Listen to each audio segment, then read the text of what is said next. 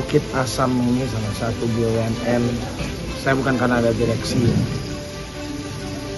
sudah lebih dari cukup membaktikan dan memberikan kontribusi bagi program-program pemerintah, utamanya dalam pemberian akselerasi vaksinasi yang dilakukan untuk masyarakat. Yang melalui saya ataupun lewat saya saja mungkin sudah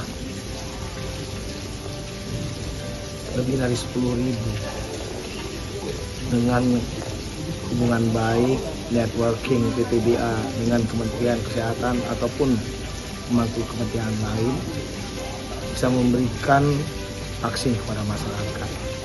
Sebagai atas nama pemerintah Kabupaten Muara Enim sangat bersyukur disupport terhadap vaksin gotong royong yang dilakukan oleh PTBA melalui CSR-nya. Nah,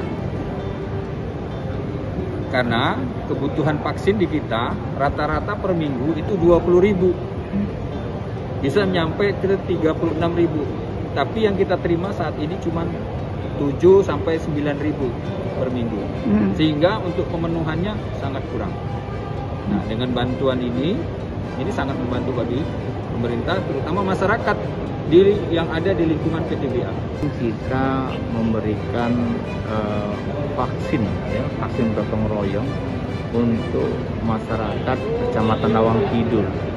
Ini kita siapkan sebanyak 2.350 ya. Dan nanti yang melakukan vaksinasi dari Rumah Sakit PAUM, dan vaksinnya ini diberikan oleh PT Bio Farma. Pelaksananya dari tanggal 18 sampai tanggal 23 di Mari. Tanggal 20 mungkin istirahat karena hari libur. Harapannya adalah dengan adanya vaksinasi ini paling tidak kita mencegah ya masyarakat terkena COVID, dan dengan demikian dengan adanya vaksinasi yang sudah diberikan kepada masyarakat, ya kita bisa berubah ya dari level 2 bisa ke level 1, dari zona kuning sekarang bisa hijau.